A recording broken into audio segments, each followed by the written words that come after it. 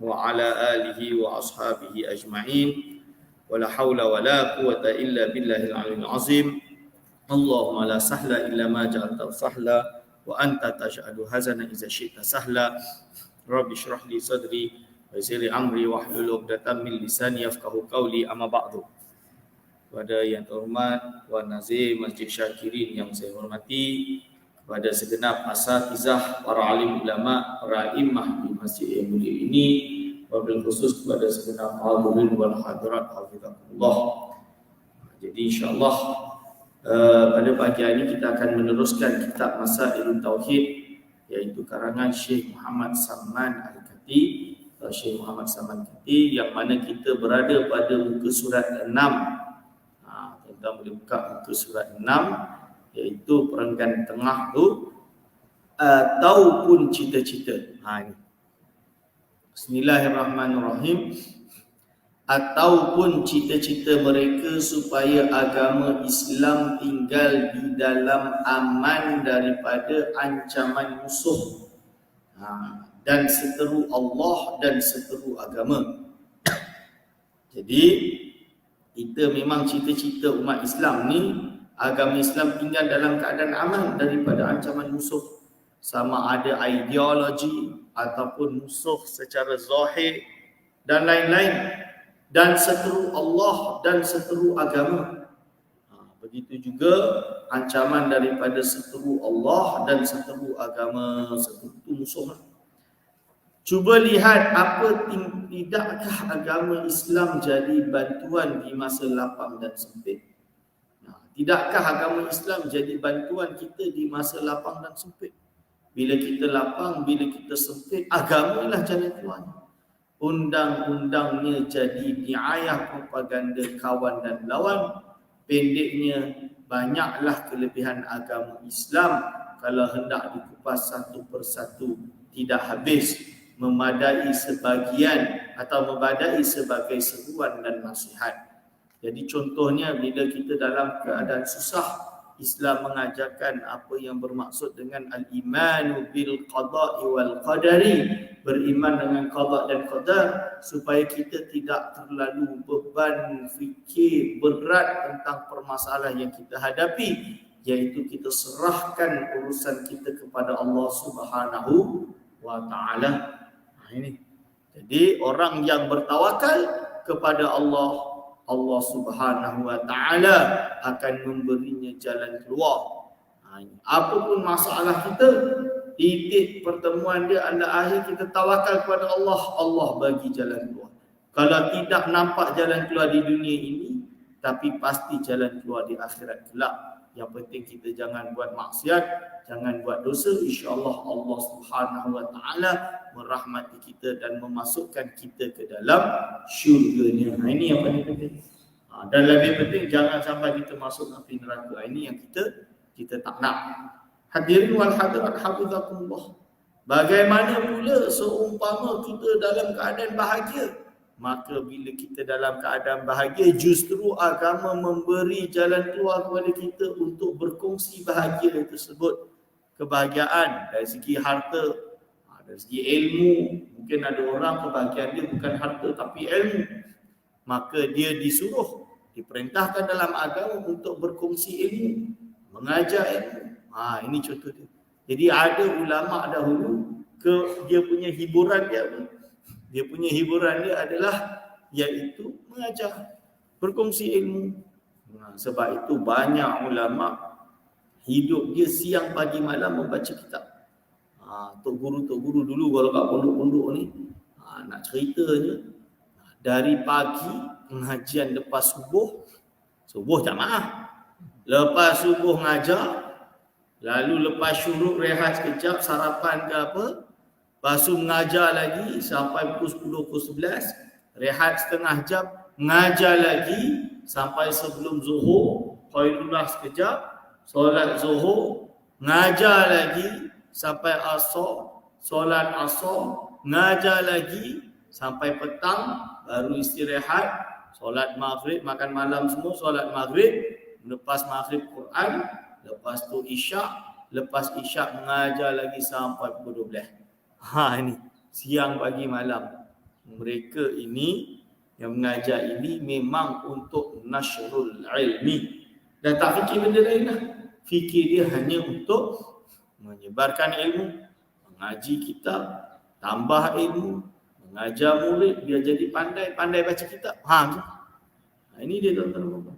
Jadi ada yang hiburan dia macam tu.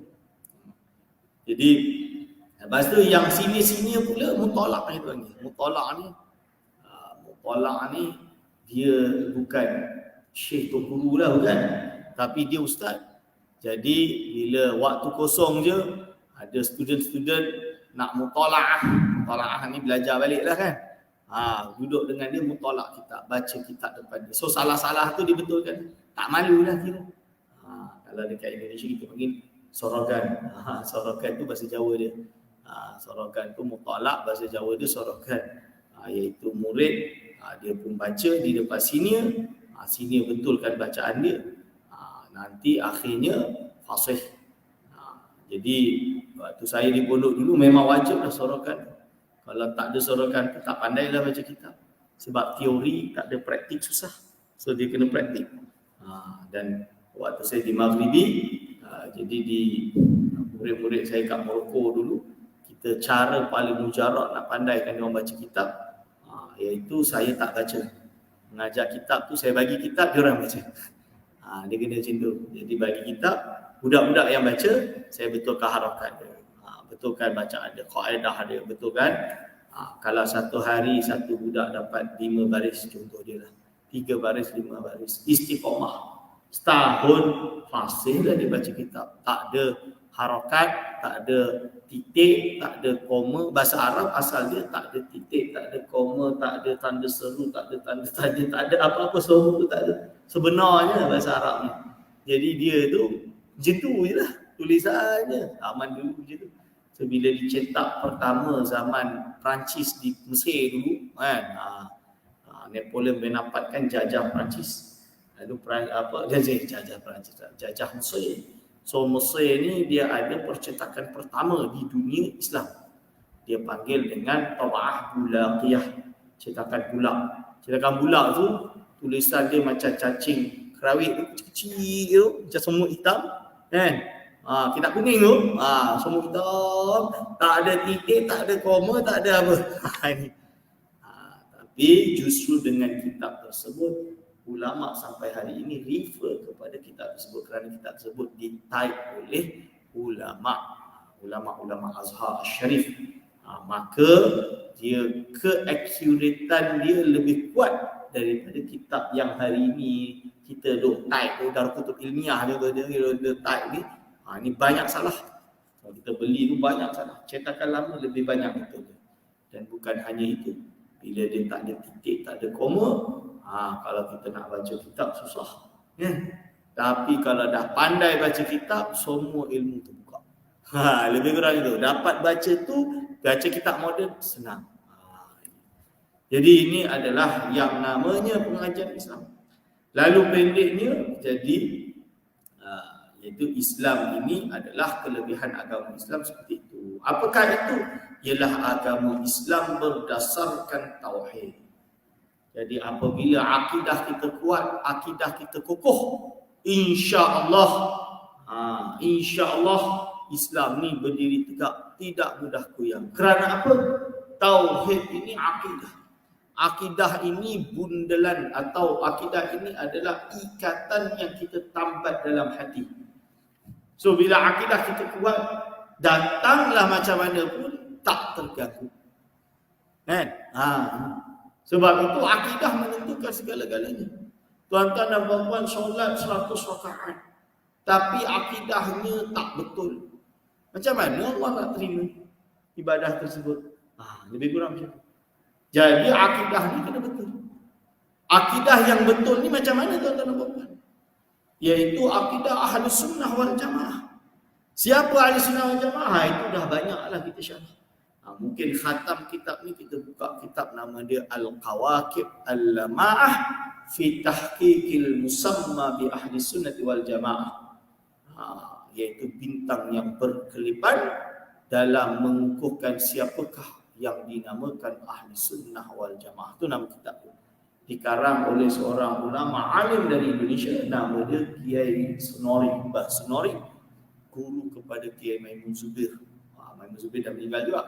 Jadi dia ulama lama, hebat dia tulis bahasa Arab, tapi dia tak pernah duduk di negara Arab. Tak pernah pergi negara Arab, duduk kat Indonesia, kat Jawa. Miskin dia, Masya Allah. Rumah dia tu dari Anyaman, Pondok Anyaman, tu rumah dia kecil. Jadi memang dia dari kecil tak ada duit, tak ada apa, tak ada kitab, tak ada apa, tapi Allah SWT bukakan ilmu dia, dia mengarang banyak kitab-kitab. Kitab-kitab berbahasa Arab termasuk kitab tersebut. Dan kitab tersebut menjadi silibus di pondok-pondok untuk menjelaskan siapakah Ahli Sunnah wal Jamaah, dan alhamdulillah dah diterjemahkan oleh kami dan diterbitkan bahasa Arab dan bahasa Melayu dia di Jabatan Mufti Kerajaan Negeri Sembilan. Ni Jabatan Mufti Kerajaan Negeri Sembilan. Ada kitab tersebut. Jadi bila orang bertanya siapakah Ahli Sunnah wal Jamaah, boleh buka dari segi sejarah macam mana nama Ahli Sunnah wal Jamaah itu dapat. Dan alhamdulillah juga kita di negeri Selangor, insya-Allah Ahli Sunnah wal Jamaah merupakan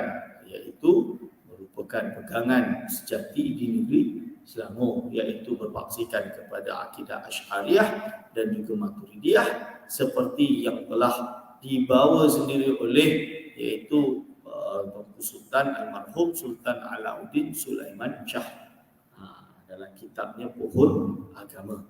Okey, hadirin wal hadirat hafizahullah. Lalu berkata muallif, besar harap hamba sekiranya atau kiranya saudara-saudara sudi mutalaah ni apa? Iaitu mengkaji tadi itulah mutalaah dari perkataan mutalaah risalah hamba ini dari awal hingga akhir. Kita tak naklah cara modul-modul kan. Modul-modul tu maksud dia cara dia macam mana? Kita pergi buka bab ni sikit, lompat bab tu sikit, lompat bab ni sikit, tak baca habis. Jangan. Banyak kitab kalau orang tak baca habis dia tak tahu kesimpulan dia. Saya bagi contoh satu tokoh bernama Al-Imam Asy-Syatibi rahimahullah. Imam Syatibi ni masya-Allah alim dia masya-Allah. Cuma geng Wahabi dia ambil kaul Syatibi kata bid'ah, semua bid'ah ni sesat. Sebab Imam Syatibi dia ada karang kitab nama dia Al-I'tisam. I'tisam ni dia kata semua bid'ah ni sesat. Sebab apa? Dia kata bid'ah tu satu istilah syarak bagi dia. Itu. Kitab dia tebal namanya. Tapi Imam Syatibi ni dia tak habis khatam kitab tersebut. Tak khatam. Maksud dia meninggal sebelum dia selesailah kitab tersebut. Jadi natijah tu kita tak tahu. Saya punya naskah dan memang saya tahu lah naskah dia memang tak selesai. Manuskrip itu tak selesai. Apapun itu, dia ada kitab lain nama dia Muwafaqat. Imam Syatibi ni ada kitab nama dia Muwafaqat. Muwafaqat ini Imam Syatibi karang untuk menggabungkan dua usul fiqh. Iaitu usul fiqh ni ada dua madrasah. Nama dia Al-Ahnaf dan juga Mutakalimin. Mutakalimin ni mazhab Syafi'i, Hambali, Maliki. Ahnaf ini fuqaha. Ini adalah mazhab Hanafi yang dekat India, mazhab Hanafi lah.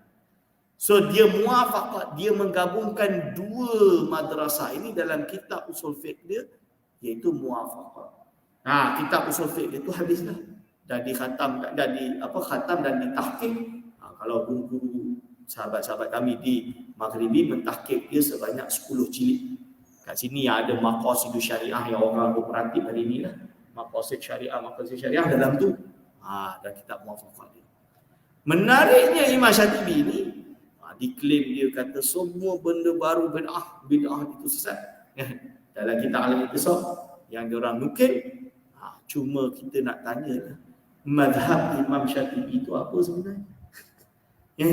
Mazhab Wahabi ke mazhab Ahli Sunnah? Nak khabar je Imam Asy-Syatibi itu bermazhab Ahli Sunnah wal Jamaah Asy'ari. Al-Asy'ari ni mazhab kita kat Selangor ni lah. Yang tolak Wahabi tu, Wahabi ni sesat kan Asy'ari. Wahabi sesat kena Asy'ari. Asy'ari ini terkeluar dari Ahlussunnah wal Jamaah. Ini nyata. Okey. Jadi Imam Syatibi itu mazhabnya Asy'ari. Dan dia seorang sufi. Kalau orang Wahabi ini sufi ini sesat lah. Sesat ni berarti keluar dari ahli sunnah, ada sesat, ahli bid'ah menyeleweng. Semualah dia sebut dah. Nak sebut apa macam-macam lah tuduhan dia. Tapi nak khabar ni Imam Syatibi ni sufi. Dia tu sufi. Ada bukti, ada risalah boleh baca. Menjelaskan tentang mazhab akidah dan tasawuf Imam Asy-Syatibi. Secara fiqh dia bermazhab Maliki. Jadi kita kata ini adalah akibat dari tidak selesai membaca. Jadi kitab tersebut tu tebal. Tebuk sini, tebuk sini dah buat kesimpulan dah. Imam An-Nawawi dia karang kitab Syarah Muslim. Syarah Muslim tu 4 jilid, ada yang 10 jilid. Mana satu dah terserah nak cetakan yang mana. Imam Nawawi tu mazhab dia mazhab Asy'ari. Dalam bab bid'ah dia syarahkan dalam kitab Syarah Muslim. Bid'ah ni ada 5 hukum dia. Ada yang jadi wajib. Bid'ah wajib kan? Benda bid'ah wajib. Bid'ah ni dia kata bid'ah wajib kalau tak buat dosa. Boleh. Contoh dia apa? Mengumpulkan Al-Quran, menjadikan mushaf. Ni tadwin Quran. Zaman Rasul tak pernah tadwin kodifikasi Al-Quran. Kumpulkan Al-Quran menjadi satu mushaf, tak pernah Rasul. Tapi kalau Sayyidina Abu Bakar tak buat, boleh hilang Al-Quran. Berarti ini bid'ah, wajib. Tak buat dosa. Ini betul. Sebab akan hilang Al-Quran. Itu bid'ah. Ada bid'ah sunat. Cerita bid'ah sunat. Rasul tak pernah ajar belajar nahwu saraf bahasa Arab. Tak pernah. Sekarang mengajar nahwu saraf sunat. Kan? Tapi boleh jadi wajib juga. Kalau tanpa orang yang tak ada orang pandai nahwu saraf, habislah macam mana nak faham Al-Quran Al-Karim kat Malaysia. Jadi fardu kifayah boleh jadi sunat. Bid'ah yang makruh, bid'ah mubah. Buat benda yang adat biasa. Yang tak ada kena-mena. Duduk ke bangun, duduk kursi ke, nak duduk atas lantai ke, itu mubah. Rasul tak pernah duduk kursi macam ni. Benda baru, tapi mubah. Tak ada masalah, adat biasa. Bid'ah makruhah. Iaitu bid'ah yang contoh dia lah. Bid'ah tersebut tak adalah sampai haram. Tapi makruh lah. Saya tak ingat apa contoh. Tapi yang haram tu contoh dia ajaran sesat lah. Seperti apa? Golongan Mujassimah, golongan Musyabbihah, golongan Khawarij yang mengkafirkan sama ahli kiblat. Ini hukum dia adalah bid'ah yang haram. Ini contoh dia. Ini yang disebut oleh Imam An-Nawawi. Diteruskan oleh Imam Izzuddin bin Abdul Salam. Itu kitab kena hatam. Baru boleh buat kesimpulan. Lalu disebut sungguh pun kecil tetapi besar isi di dalamnya. Kecil dia kitab ni. Tapi isi dia banyak. Patut diketahui oleh siapa-siapa yang ingin menjadi Islam yang sebenar. Jadi ini patut untuk kita tahu. Siapa-siapa yang ingin menjadi Islam yang sebenar, kenalah ngaji kitab ni.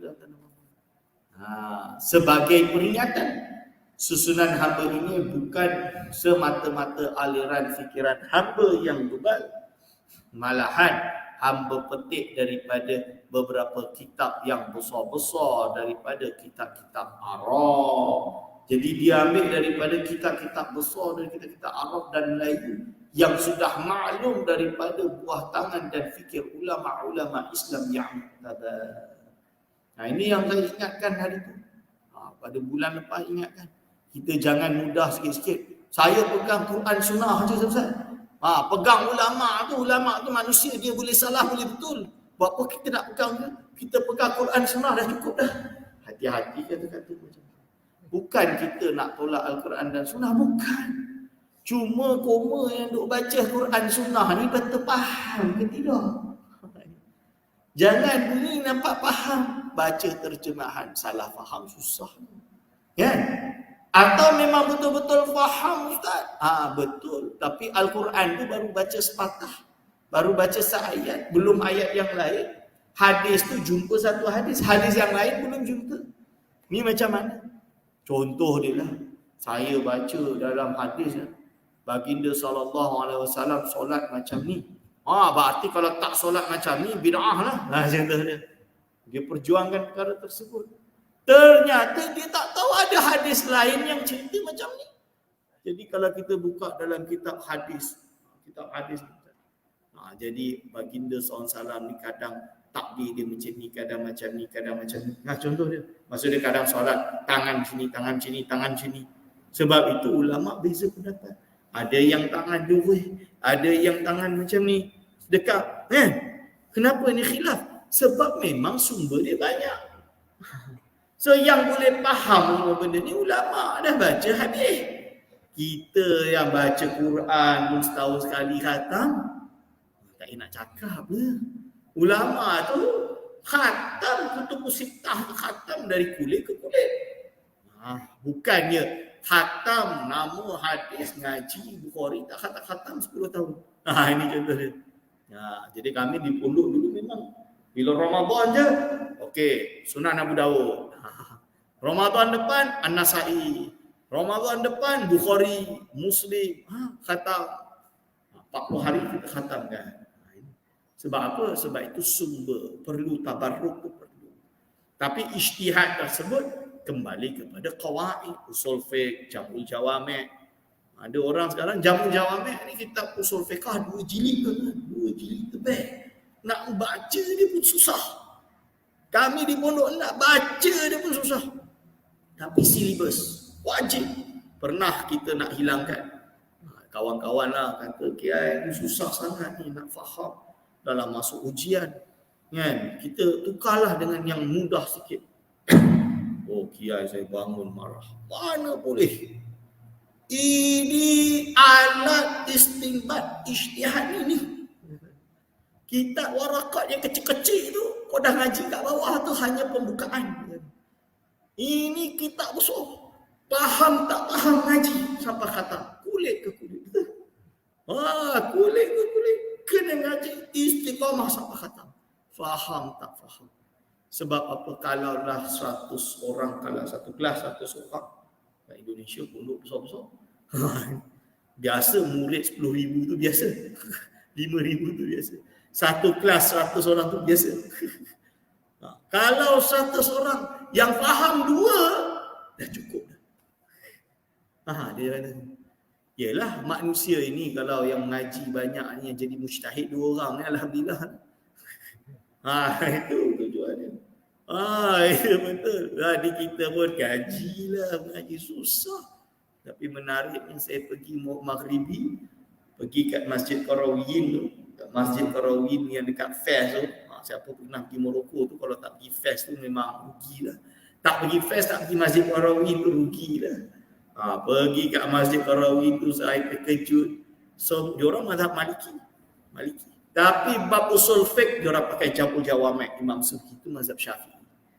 Mazhab Syafi'i tu Imam Subki tu. Tapi of course dia mengajar jamul jawami' ni usul fiqh. Usul fiqh ni rentas mazhab lah kan. Saya mengaji situ 3 tahun. Kitab jamul jawami'. Masa di sana kalau nak ngaji kitab tu 3 tahun. Saya dah khatam dulu kat Indonesia. So saya pergi situ, jamu jawami'. Saya pun bawa kitab saya lah kan. Sekali dia orang nak bahas-bahas saya dah tahu dah. Dah pernah mengaji dah. Ternyata Syekh sana hebat-hebat. Kalau mengajar jamu jawami' tak pakai kitab, duduk sila. Duduk sila hafal. Jamu 2 jilid tebal tu hafal. Kita orang Melayu, Indonesia, orang Jawa ni tak mampu dah nak macam tu. Tok guru saya pun kalau ngaji tu 2 kitab. Ni dia baca ni ada muskil dia buka lagi satu. Macam tu. Dia dekat Morocco tu. Duduk macam ni je. Tak hafal. Itu ulama. Ada hati yang ini orang tak erti bahasa Arab. Saya pegang Al-Quran dan Sunnah. Ulama tak boleh pakai. Benar kan? Tak boleh pakai. Kita kata ulama ni kata macam ni, ulama ni kata macam ni. Buat apa nak dengar cakap ulama? Al-Quran Sunnah cukup lah.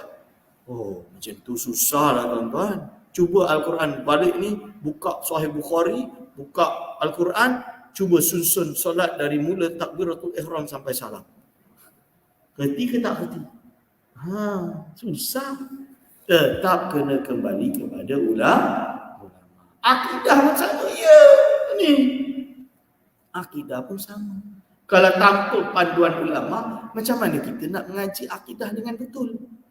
Macam mana kita kena ada syllabus. We must have a syllabus. Boleh tak kita nak belajar fizik terus buka terus pergi kepada kaedah-kaedah fizik tanpa ada refer penjelasan ulama? Tak boleh. Kita start ni. Kenapa 1 tambah 1 2? Dah cikgu cakap 1 tambah 1 2 lah. Budak lagi kan. Dia tak boleh nak rational kan. 1 plus 1 is 2. This is rational. Dia tak boleh nak kata macam tu lagi. Dia tanya kenapa ni? Cikgu kata 2 lah. Kan? Contoh dia. Yelah dia kecil lagi. Of course bila dah jadi mujtahid, dah jadi ulama yang besar, kenapa sifat 20? Dia tak payahlah kata refer ulama A, B, C. Tak boleh. Tak payah. Dia boleh teruslah kata. Sebab apa? Allah Subhanahu Wa Taala kalau tak bersifat wujud, nescaya dia tidak wujud. Kalau tak wujud, macam mana wujud alam ni? Dia boleh bagi hujah, bagi dalil tanpa refer kepada ulama. Tapi hakikat dia start dengan ulama.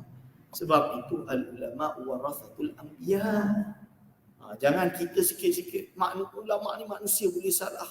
Kita pegang pada Quran Sunnah cukuplah. Hati-hati. Ini hati-hati kata-kata. Tu kena jaga. Dari itu jika tuan-tuan saudara-saudara dapati tersalah, kalau jumpa ada yang salah dan terkhilaf, silalah perhati. Masuk perhati ni iaitu tengok betul, cek betul, dengan halusi serta betulkan. Kalau betul-betul salah, betulkanlah. Tak ada, kita tak kata kita maksum. Imam Asy-Syafi'i rahimahullah, dia karang kitab Al-Risalah, kitab usul fiqh pertama. Ar-Risalah nama. Surat. Lebih kurang macam tu. Dia tulis tu, dia betulkan sampai 26 kali. Setiap kali baca, jumpa salah. Baca lagi dari awal, jumpa salah. Baca lagi dari awal, jumpa salah. Betulkan. Sampai 26 kali dia. Usap tangan dia. Masa dia kata apa? Aku dah tak boleh dah nak betul. Sebab apa? Sebab yang namanya tulisan aku ni tidak sempurna. Yang sempurna hanya Al-Quranul Karim, kalam Allah Subhanahu Wa Taala. Ini yang sempurna, tak ada salah. Yang kita buat ni mestilah ada salah sikit, sana sikit, sana sini sikit. Ini mesti ada salah. Saya ada salah, Salah tu kan betul kan? Salah tu kan betul kan? Kita pergi Viva, ada minor correction. Kan? Sebab itu kalau adalah orang buat Viva, thesis dia, PhD dia, tak ada salah contoh dia. Tebal lah tu. Tulis bahasa Melayu, bahasa Arab misalnya. Dia orang Melayu tulis bahasa Arab. Tak ada salah. Saya ragu-ragu dulu. Sebab apa? Ni terus terang. Syekh Qarawi ni, rektor Universiti Qarawi, Syekh Muhammad Rugi. Ini orang paling alim lah. Kalau kat Morocco tu saya rasa paling alim lah. Atau guru kami lah. Dia ni ngajar jamu-jamu tak pakai kitab. Dia punya thesis pun lulus minor correction. Means adalah 1, 2 tepat tu. Yang dia orang sudah betulkan. Itu setara rektor Qarawi. Tiba-tiba kat Malaysia ni boleh pula thesis tak ada salah. Bagi mai tengok kan. Dah declare thesis tak ada salah, PhD tak ada salah, habis salah dia bahasa Arab lah tu, tak ada salah, tulis orang Melayu lah tu. Kalau kami orang akademik ni lah kan. Kalau dekat UK kat mana ke, kat Morocco ke, kita nak baca lah naskah tersebut. Patutnya terus cetak sebab tak ada salah, tak payah edit dah. Kan? Bagi tengok, kita baca. Kalau jumpa salah, kita tak salahkan student tak bersalah. Universiti yang declare tu yang bersalah. Sebab apa? Akademik tapi claim tak ada salah. Tiba-tiba jumpa nahu sorof salah. Jangan hati-hati. So kita ni akui. Apapun yang kita tulis ni ada salah. Ulama banyak salah kerjanya. Manusia. Cuma nak kabarnya. Takkan hanya sebab satu salah kita terus tolak. Kan? Tak boleh lah macam tu. Ada satu ustaz dia terjemah salah. Saya pernah terjemah salah. Ya salah. Saya akui terjemah salah. Saya dari kecil duduk di pondok Indonesia. Di Jawa, bahasa kita ngaji kitab ni Arab terjemah Jawa. Terjemah Jawa ni bobek kita panggil. So bila terjemah Melayu ni memang tak reti lah. Terus terang tak reti. Saya balik dari Indonesia tu singgah Malaysia tak sampai setahun dah pergi Morocco. Morocco jarang balik Malaysia. Cakap Arab, cakap Melayu, Melayu pun campur Indonesia lagi, campur Jawa lah tu. So bila kawan-kawan Malaysia, Ustaz Aiman, tolong dah terjemah bahasa Melayu. Oh memang saya terjemah pening-pening. Contoh dia apa? Kodim. Kodim tu sedia ada terjemahan yang betul. Kami di Pondok Indonesia terdahulu. Terjemahan dia terdahulu. Jadi orang boleh faham terdahulu itu iaitu benda lama lah. Saya terjemah terdahulu. Bila datang kawan-kawan yang pakar dari Pondok Malaysia ni, dia khabar lah. Tak, sedia ada Ustaz. Bukan terdahulu. Mana dia tahu? Kat Indonesia dulu memang terdahulu. Saya betul kan? Kan? Betul kan? Salah. Betul kan? Saya katakan. Ada dulu apa zurrah ke zarrah kan. Apa jagung ke apa. Orang hentam saya. Tak ada masalah. Saya kata memang saya salah lah. Sebab saya tak tahu. Saya memang dulu pakar dalam bidang fiqh bukan akidah. Di Morocco baru belajar. So cara penerjemahan tu memang saya salah. Tak ada masalah. Tak malu. Kita salah lah. Tapi yang betul jangan kata salah. Yang betul ada sumber. Jangan kata salah. Saya kata kita kena tegas dalam bab ni. So kita kena iktiraf. Ini disebut dan halusi serta betulkan dengan suci hati dan ikhlas. Kerana hamba sejenis manusia yang memang tempat lupa dan lalai. Mu'allim Syekh Rahman Kati dia kata apa? Dia hamba yang lupa dan lalai. Saya pun, anak pun banyak salah. Tinggal betulkan selesai lah. Lagi tidak sunyi daripada berdosa siang dan malam. Memang kita ni tak sunyi siang malam berdosa. Hati duk ngata orang tu dah dosa betul ke tidak? Sebab itu ulama sufi dulu, sufi di jalan ni hati dia kata orang dia macam tu kan. Dalam kita baca kitab-kitab Tabaqat Sufiah tu kita duk tengok apa cerita ulama ni dia pelik sekadar jalan-jalan tengah senyum tiba-tiba nangis. Orang sekarang kata orang sufi ni orang gila. Lepas tu dia kata ni gila bukan jazab dan lain-lain. Memang sufi macam tu. Dia tak peduli lah orang nak ngata, dia tak peduli lah. Dia tak peduli ngata-ngata. Kisah nak hina ke, nak apa ke, nak itu semua duniawi, betul ke tidak? Kan? Orang sufi ni dia nak bersihkan hati dia. Tiba-tiba nampak macam pelik, senyum sendiri, ketawa sendiri, nangis sendiri, kan? Gitu. Tak apa lah orang nak kata dia orang gila biar lah. Sebab apa? Dia nak bersihkan hati. Ini dia jalan. Astagfirullah. Tengah duduk dengar ngaji. Contoh dia. Orang tengok tak apa. Orang sufi tak ada masalah. Biasa benda. Ini adalah benda biasa. Kerana apa? Di mana-mana dosa siang malam ni wujud. Sama ada dosa hati atau dosa zahir. Kalau zaman dulu tu tertengok aurat dulu dah. Kan? Macam tu. Sekarang dah tak payah nak cakap lah. Kat mana-mana. Ini. Lagi tidak sunyi daripada dosa. Harap kiranya Allah jualah yang mengampun dan menjadikan karangan hamba ini pahalanya hadiah bagi junjungan kita Nabi Muhammad sallallahu alaihi wasallam. Dia karang ni dia harap pahalanya diberikan kepada baginda sallallahu alaihi wasallam. Ustaz, baginda sallallahu alaihi wasallam tu dah maksum, dia tak ada dosa. Dia afdalul khalqillah, sebaik-baik makhluk. Buat apa kita nak hadiah dekat dia? Dia dah lepas, kita tak lepas. Ulama kata bukan macam tu. Kita hadiahkan kepada kerana kita cinta kepada dia. Betul ke tidak? Kita cinta Nabi Muhammad sallallahu alaihi wasallam. Dengan harapan kita hadiahkan kepada dia supaya kita diangkatnya olehnya. Betul ke tidak? Al-mar'u ma'amman ahabbah. Seseorang itu bersama orang yang ia cintai. Kan? Kalau kita cinta baginda SAW, baginda SAW cinta kita. Kita tiba-tiba ke akhirat kelak tak lepas. Tak lepas. Sirat tu tak lepas. Tapi baginda SAW, fulan bin fulan ni dulu memang betul-betul sayang kat aku. Dia bila ada solat 5 waktu, tapi adalah dosa-dosa dia buat. Nak manusia. Adalah benda-benda yang dia buat. Aku naklah bagi syafaat aku kat dia. Ini yang kita nak. Syafaat dia. Kita nak kena masuk neraka walaupun mungkin sekejap tak jadi, terus masuk syurga. Alhamdulillah. Ini yang kita harapkan. So wala taqnatu min rahmatillah. Jangan kita putus asa dari rahmat Allah. So junjungan kita hadiahkan Fatihah kepada dia. Hadiahkan kitab ini kepada dia.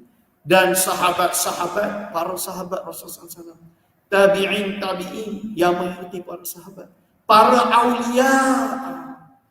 Hari ini suka ngata ulama, takut-takut orang yang dikata tu di sisi Allah awliya ni macam mana?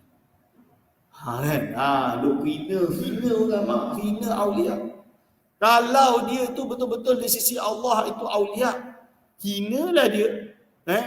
Man adali waliyan faqad adzantu lahu bil harb. Tu hadis Nabi SAW. Sahih dalam Sahih Bukhari. Man adali waliyan faqad adzantu lahu bil harb. Barang siapa yang memusuh waliku, maka aku izinkan orang tersebut untuk diperangi. Disebut juga dalam kitab, kalau ustaz betul ke hadis Arba'in Nawawi, Imam Nawawi 40 hadis kan. Buka dalam tu ada hadis. Yang ke berapa, 38 ke berapa kat belakang-belakang. Tu hadis sahih. So jangan, hati-hati nak ngata ulama. Kalau tak setuju tu, saya tak setuju dengan pendapat ini. Cukup. Kita berbicara pendapat, bukan orang dia. Jangan duk tuduh ulama ni hulu, ulama ni. Hati-hati. Lebih-lebih lagi ulama syahadat lahu al-ummah. Umat ni dah bersyahadah bahawa dia ini ulama yang hebat. Itu hati-hati. Ini hati-hati. Jadi ada orang kata, ustaz, memanglah kita tak boleh memusuhi ulama, memusuhi para wali. Tapi macam mana tahu fulan bin fulan tu wali? Bagi saya dia ni sesat. Contoh. Tapi ulama lain yang mengiktiraf dia sebagai ulama bukan seorang. Syekh Abdul Qadir Jailani, berapa banyak yang mengiktiraf kesolehan, kewaraan, kealiman ulama dan kewalian Imam Syekh Abdul Qadir Al-Jailani. Abul Hasan Asy-Syadzili. Abu Hasan Syadzili ni ulama dah seperti sepakat lah kita kata. Bukan ijma' tapi seperti sepakat. Abul Hasan Asy-Syadzili adalah seorang wali yang besar. Dia ini pengasas Thariqah Syadziliyah.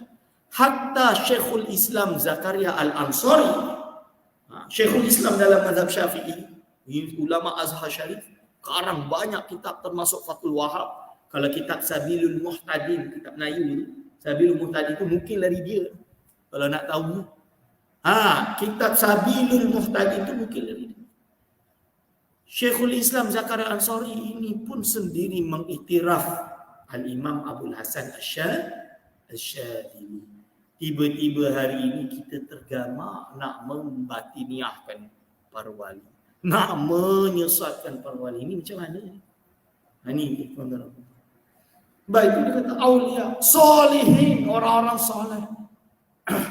Kalau tak nak kata dia wali sekalipun, dia solat 5 waktu tak pernah tinggal. Solat sunat tak pernah tinggal. Zikir je yang keluar dari lidah dia. Boleh ada orang kata. Ulama, amili dan guru-guru hamba semua. Al-ahya yang hidup, minhum dari kalangan mereka. Wal amwat dan yang telah meninggal. Wa aidan dan juga liwalidayya kepada kedua ibu bapaku. Amin amin ya mujibas sailin. Wahai zat yang mengijabahi, menunaikan doa orang-orang yang meminta. Walhamdu, segala puji bagi Allah, lillahi kepada Allah Rabbil alamin, iaitu Tuhan sekalian alam, al-faqir al-hakir al-dhaif, Haji Muhammad Samman bin Muhammad Khan, guru agama Sungai Siput Perak, 11 Ogos 1952 Masehi, sebelum kita merdeka nah.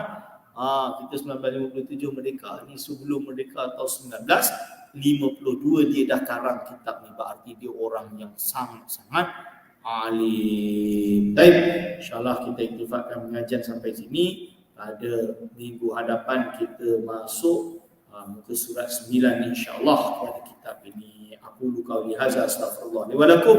Wassalamualaikum warahmatullahi wabarakatuh.